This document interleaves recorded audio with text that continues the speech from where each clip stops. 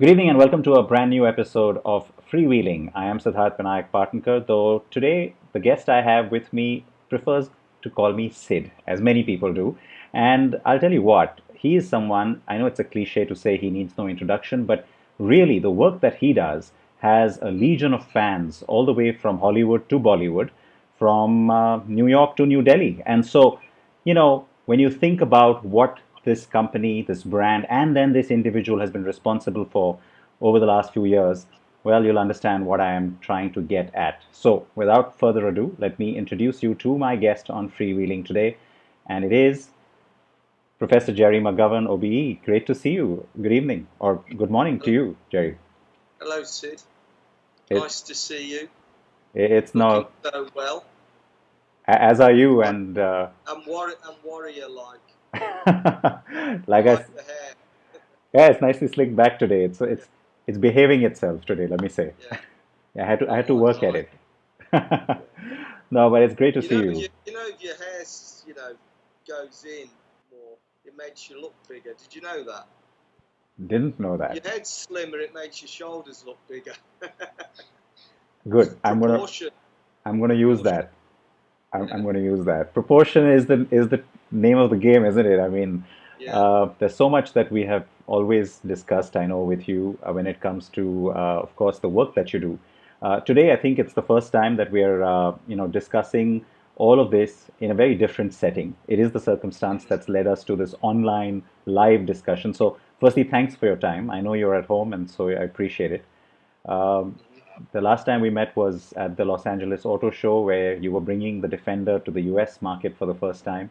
And shortly before that, I'd had the chance to see the car in the UK. I have to start by asking you first about the Defender. I mean, it is really what everybody is still talking about.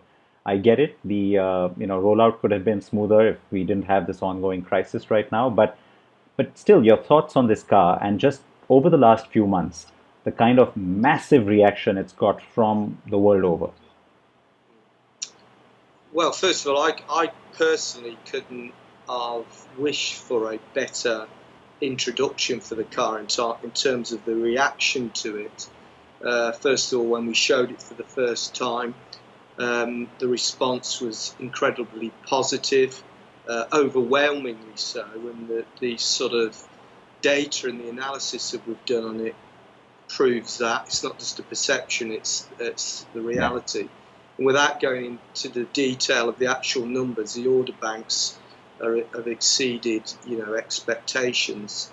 And then also, it was great to see that even some of the traditionalists have warmed to the vehicle very quickly. And I suppose the question was when I got up there and showed it at Frankfurt for the first time, I did say this is the new Defender and it is the most capable Defender ever Yeah. made. And that was a big statement. And our recent sort of press drives in Namibia have proven that. The press is saying it is incredibly Yeah. capable and it is the toughest. So it's the duality of those two things that are inextricably linked that I think will resonate with people. So unfortunately, this pandemic has come just at a time you couldn't wish for worse sort of timing in Yeah. terms of launching a new vehicle. But you might argue it will create even more desirability for it. So I think you've always got to look at the positive out of the negative. The point you made about the order books, I won't press you on that number, of course, but the fact that it exceeds your expectation, and this is the second time this has happened in such a quantum, I would think, because even with the Evoque, there Mm, was, I remember, a much more conservative number to what actually ended up happening on a yearly basis. yeah. Um, Given that experience, was it a less conservative number this time, and you've still exceeded it? I mean, yes. No. I mean, we had we had expectations for the vehicle, but it was very much a balanced view. Hmm. Our marketing people don't want to overplay something because Yeah. if the numbers don't get hit, So um, we were quietly confident. Let's say that, but A lot of people said to me, are you nervous about this vehicle's launch? And I suppose I don't get nervous about these sorts of things. I have a great team, and I had every faith that this vehicle would hit the spot. And for me, it is a vehicle that there is nothing else like it. If you actually, from a design and durability, capability standpoint.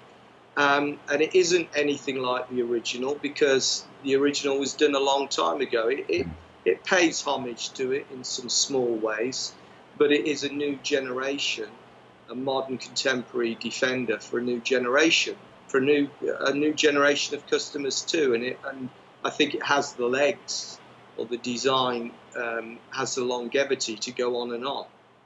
So I know you partly answered the question and already. We haven't seen it on the road yet either, because that's the real, when you see these things on the road, well, we see them round here in the UK, but you probably haven't seen any in India yet. When you see them on the road, they make a real statement. It certainly puts a smile on my face. No, it's going to get a lot of attention, that's for sure. And what I was saying is that, you have partly answered the question, but then let me put it to you this way. When it comes to these people who you thought could have been your tough critics, so the guys who you've now won over so easily with this car once it came out, what is it about it that you think appeals? Is it the fact that it sits almost at the pinnacle of your current portfolio in terms of just the engineering development, the capability, the fact that it is also luxurious in some ways, and then also, like you said, it's a homage to the original? Which part of it do you think appeals? Never want any other vehicle other than the original Defender, which is fine. Yeah. I think what people have recognised in the vehicle is its integrity and its honesty. There isn't anything there that shouldn't be there, and it has the essence of the original Defender in terms of that honesty, but it's also relevant, and it's relevant to an age that's changed completely from when the original Defender was created. So I think it's more about that. It's got integrity. From a design standpoint, it's got that honesty, but it's highly desirable. From an engineering standpoint, it is truly capable and durable, and it's the combination of those things. And as I say, there isn't anything else like it on the road. Yeah, there are other types of, durable SUV types vehicles, but they're not Defenders, and they don't look like Defenders either. Yeah, there's nothing that looks like that, and that's a great thing, frankly. And also the fact that there's so many variations of it, that it will define its own character. It has the ability to present itself in different ways depending on how the customer wants to dress the vehicle. And I suppose the usage that they see for it in terms of their own requirement. Yeah.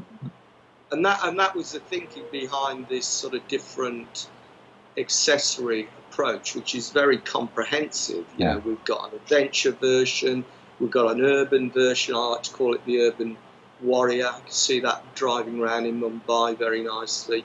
There's the country version, which is for out there in the wilds, and there's the Explorer as well, which has got a lot of kit on it. So, and that's just the start.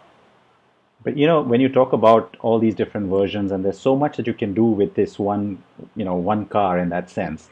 What about then it becoming a family at some point? I mean, do you see that potential still? Well, I think it's a family already. Yeah. There is a 3-door version, there's a 5-door version, and then if you look at the variation, I think we've created something like 156 different accessories for it, and so. For me, I like to call it a family, and when we presented it, we talked about the commercial version, we talked about the 5-door, the 3-door. There's 3 different versions already. Clearly, it has the ability to do other things as well as time moves on. If you look at the original Defender again, over time, the proliferation of different things that vehicle was capable of doing, particularly around services, etc. Now, I think it's going to we've got a lot of vehicles, a lot of choice out there already. So I think we've got enough to be thinking about for now. That doesn't say there aren't further opportunities. It's interesting, you always launch something and people want to talk about what's coming next. It's a bit like a designer. I've done that. What's next? But, we're running a business. As a business, we need to get those out there to sell and to sustain our business in what is our critical times. And I guess that's going to stay for a while. We still don't know where things are going where the market is concerned. But the reason I asked about that family is because I remember years ago when you first presented the strategy that was sort of unfolding at Land Rover. This is before the Discovery Sport came out, but when we knew that there was going to be a Discovery family, and you said it's going to be a family approach for these different brands. Overall, for Land Rover as a company, though, that philosophy still holds, right? Yeah, the brand architecture is still maintained. The three-pillar strategy, Range Rovers, which talk to sophistication, refinement, Discoveries that talk to versatility, family orientation, and Defender, which talk to an absolute durability. And though the design DNA of those vehicles have been very carefully considered to maximise the differentiation while also creating a family unit. So that absolutely is still on track. Clearly, as things evolve, impact of legislation and all the other things that are going on in the world, that has an impact, but it doesn't change the strategy. It makes us more cognizant of making sure we embrace those challenges in a way that allows us to still maintain that sort of three-family approach. All right. The point about what might happen now in the market, we don't really know that, and I understand that it's going to be an evolving situation for some months and some days ahead. But the consumer, there is this sense that people are likely to move back towards personal mobility away from shared mobility or hailing services and things like that. And then if that is true, they're also going to be a little bit more frugal with their money. Does compactness become something that takes your attention quite strongly now? I won't specify where and how, but just smaller vehicles. I think one thing we have to bear in mind is that we don't. First of all, we don't produce ordinary vehicles. We don't produce commodities. I think in the commodity world, whether or not it's a car or anything else, I think there'll be some strong challenges there because people will be reluctant, will hold back.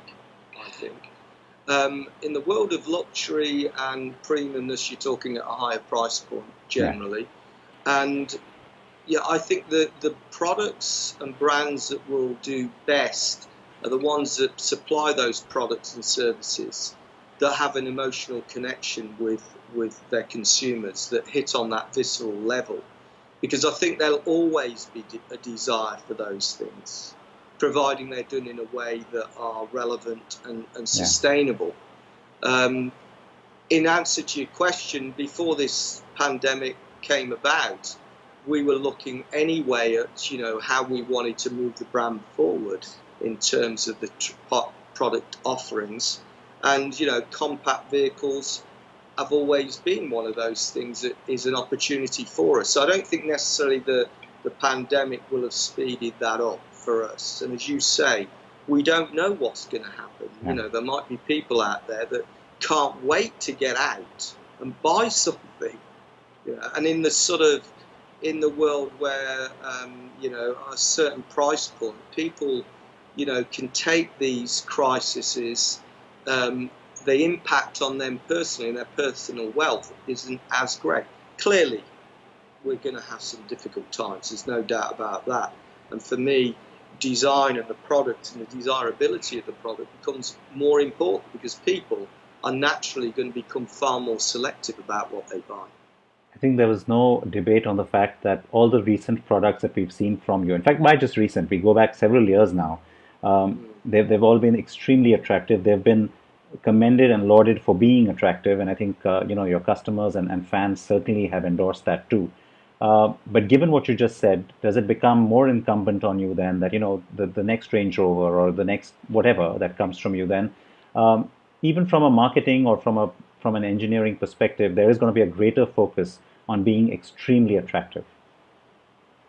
Well, I mean, we put, again, irrespective of the pandemic, one of the things I've tried to do over the last 10, 12 years or so at Land Rover is campaign for the relevance of design and the importance of design, together with engineering, to create products that are truly unique and desirable. And design is the conduit for that. Yeah. Design leadership is something that is really important to our vehicles and to our brands. Other companies may say that, but it doesn't necessarily follow through. And we've set our organisationally up in a way that allows us to do that. And one of our greatest advocates of that has been Mr. Tata Yes. and Mr. Chandra as well, in terms of making sure we don't lose that focus on design and on desirability, because that's what differentiates us. And that hasn't, that it will become more important to the consumer, I believe, but it was important to us anyway. And I think, you've said it in terms of what customers think of our vehicles generally in terms of the desirability. I think that is something that is being recognised in the marketplace. We do have a unique point of view. It is based around the philosophy of modernity and doing things that have a level of honesty and integrity. But ultimately, vehicles are beautifully proportioned, are refined, elegant, whatever it is within that strategy. And people are recognising it. What focus would you have then when it comes to these future product developments on making sure that they're also taking into account future needs like hybridization or going even fully electric? I'm specifically be talking about the desirability of the vehicles, and we will have to embrace those things. Ultimately, I personally think that consumers don't buy technology for the sake of technology. Yeah. They may say they do, but ultimately they buy things, particularly at a certain level, on the vehicle's on that visceral connection, and the fact that it is technology capable from its technologies, it is sustainable.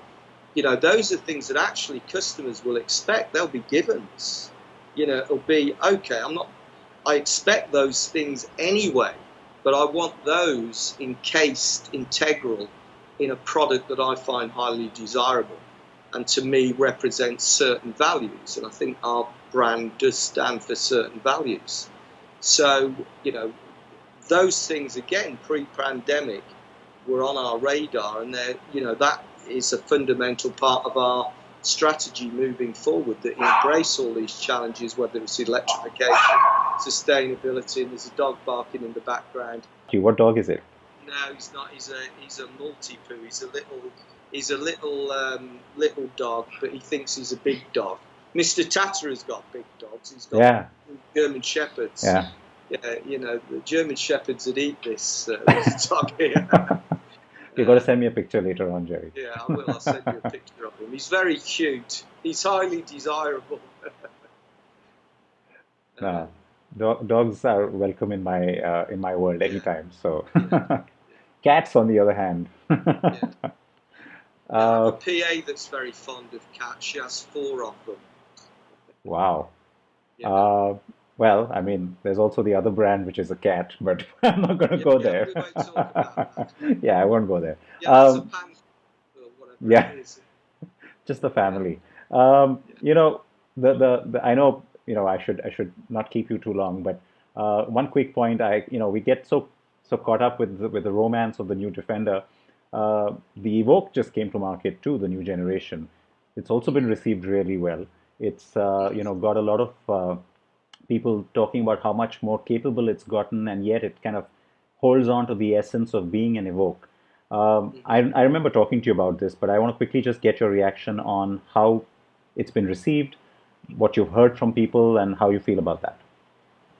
Well, again, I think that the reaction has been incredibly positive.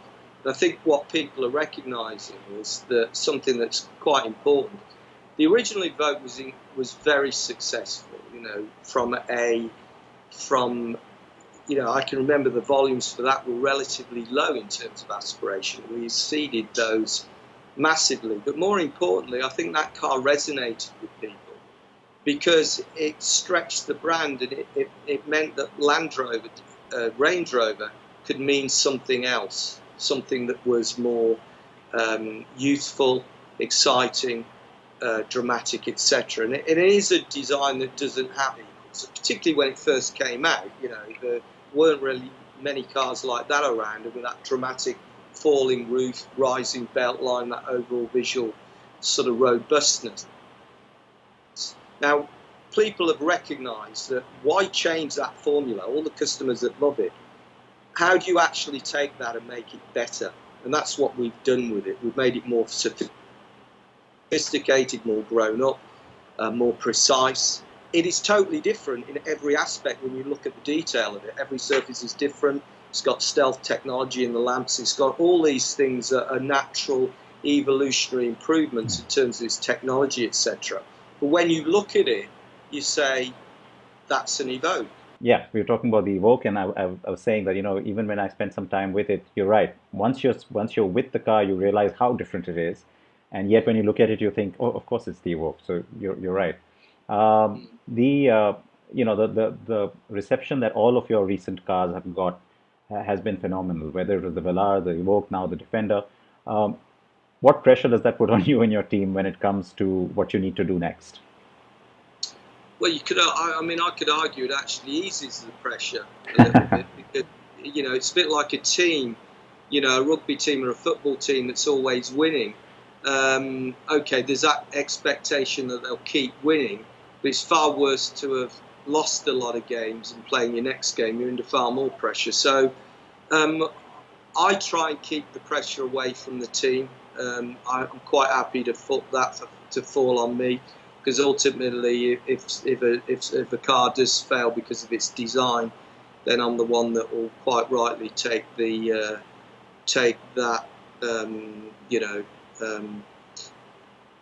it, whether it means walking up the road or whatever that meens, which probably doesn't translate into in India. It means getting fired. But I do believe we have a very strong, well-considered design strategy, a brand architecture, and we have great engineers, and we have a great brand. And I think we clearly need to be cognizant of how the world is changing. We clearly need to make sure our vehicles maintain their relevance. And clearly we have to make sure the business is successful. And for me, the only way we do that is to create products that people truly desire. And clearly we have to do that at the right cost base, material costs, and all those other things we have to think about. And I think what we have proven is that Land Rover as a brand has the ability to change its colours, to look at different things, different avenues, whether it has stretch. And I think the original Evoque did that. The Velar certainly did it. The Range Rovers continue to do that, or I see those in a slightly different way. And now we're looking at a next generation of discoveries. We've got Defender, which really gives us a massive stretch from the Range Rover. We've got absolute polarisation there. So if we can get through these troubled times, I think the future is very positive. I want to quickly just get a couple of questions in about your team and how you've been working from home before I let you go. The good thing about technology, of course, is that it allows us to connect and do some of this much more easily than in the past. But has it been challenging? I mean, you don't have clay models, you don't have just that daily interaction.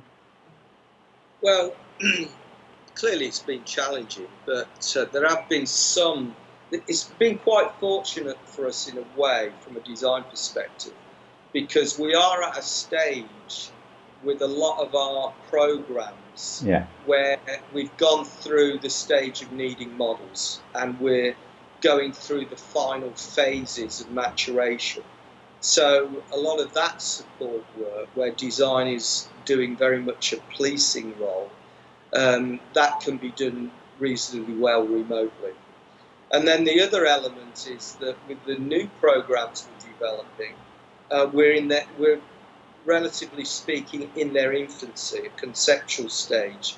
So again, a lot of sketch work can be done, and a lot of things that don't have to be done producing models. But that time's going to run out quickly. We need to be getting back into the studios as quickly as we can, because we do need to start producing those models again soon. Because in the design business, despite what some people think, you can't do it all, virtually. You have to create physical models, particularly when you look at the relative investments that our business has to make in these things. That in order to make the right decisions, you need physical properties. But how often do you get together? I'll put my 40 years of experience on the line with anybody who wants to argue with me about that. Not you, clearly, Sid, but you always get people saying, "Oh, you can do it all remotely." Oh, yeah. Well, they've never designed a car before if they think that. Not all of it, yeah. No, but how do you interact with the team? Is there like a daily call? How do you do? We're having design reviews every other day. We've got Teams, so I can look at visuals on the screen. I usually use a big screen for that. I'm having meetings nearly every day with my design leaders, and of course my job isn't just about developing the direction of our designs. As a senior leader, I'm also having to look at the business and how we bring people back, who we need to bring back, and all those sorts of things, as well as the brand itself. It has given me time to reflect a little bit on our design communications, what we say about these vehicles, what our strategy is for our launches, even down to our design, 4 key elements which you've heard me talk about, of sustainability, modernity, technology, desirability, etc.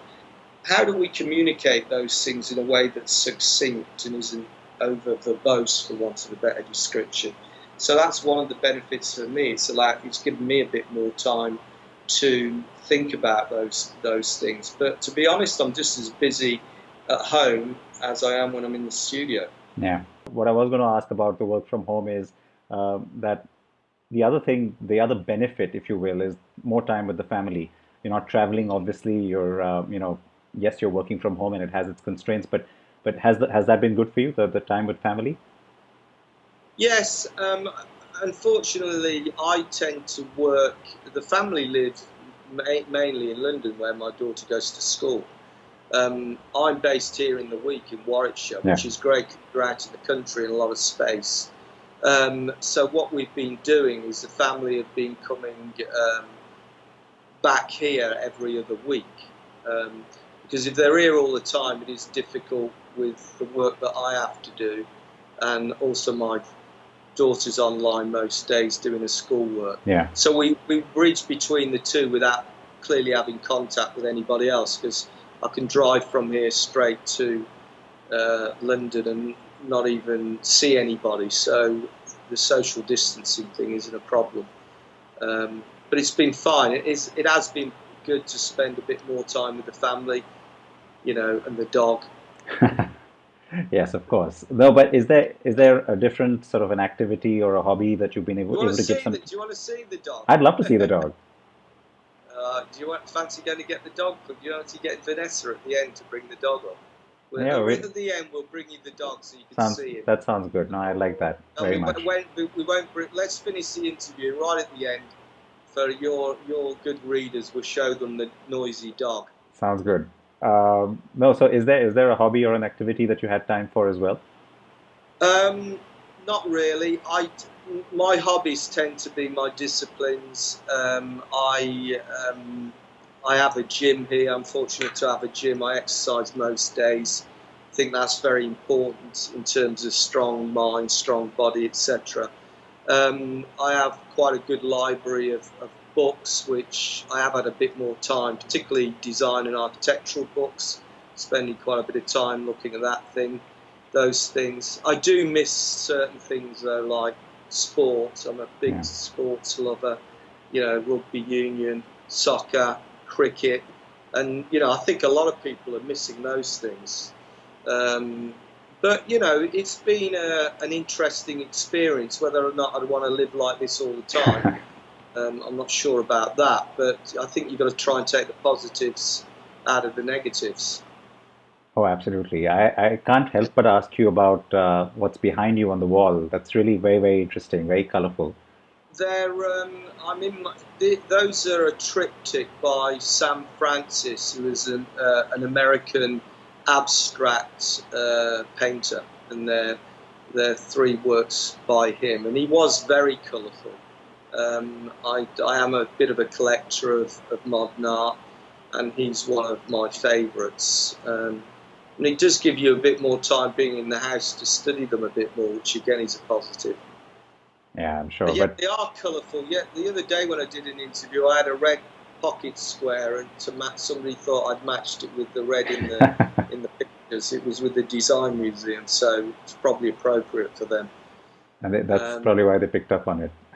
Yeah. It's great. A grey T-shirt, grey pocket square, blue jacket, and white sneakers. But you can't see I can't them. see the sneakers, no. Well, But I can put them. I still can't see them. No, but that's okay. Oh yeah, there they are. Yeah, that's those are the popular kind these days. I know with the suits, but is there No, something? I've not got a suit on. Oh, it's not a suit. Jacket. Ah, okay. No, it's not a suit. It's a tailored jacket and different trousers. Yeah. All right. We have to look good for you, Sid. Always. Yeah. No, and in fact, I have to say, when you spoke about the gym, I've seen that. I mean, even when we've been on drives and things like that, you're always really particular about making sure you get that part of your regimen going. So, it's It's a commendable. discipline. And, if I don't do it, then I just something I have to do. Yeah. Yeah. A place or a particular maybe driving destination you're looking forward to getting back to once the lockdowns lift? I'm looking forward to getting back to my favourite restaurant in London, Zaffarana. Is that Indian food? No, it's not Indian food. It's Italian. Oh, really? International. Nice. I did take some of my Indian friends there, probably one of the last times I went there, and they really liked it. Yeah, it's a great restaurant. Okay. And it's consistently good. You get restaurants which they start off, they're good, and then you'll go there. They've been there for years and years.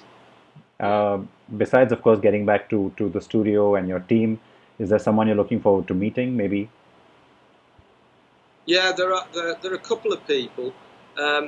One is actually my good friend, Mr. Tata, Ratan Tata, who I've been staying in touch with through this. Quite funny, when I talk to him, I say, "How are you finding it, Ratan?" And he said, "It's like being in prison," which is quite funny. I was planning to take a few days holiday in October and visit him in Mumbai. Hopefully I can still do that, but we'll have to wait and see. So I haven't seen him for quite a long time. He tends to come over to our studio every 3 months or so. So I do miss him. He's a lovely man. The other, and a great inspiration for us, and for me personally, always has been. And he's done a lot for our business. Without him, we wouldn't exist. No doubt about that. The other person I was looking forward to see, but it got cancelled, was the Queen. Wow. Because I don't know if you know, this year I was fortunate enough to be honoured with an OBE. I don't know if that means anything in India. It's Officer of the British Empire, which is a recognition of what you've done in your field.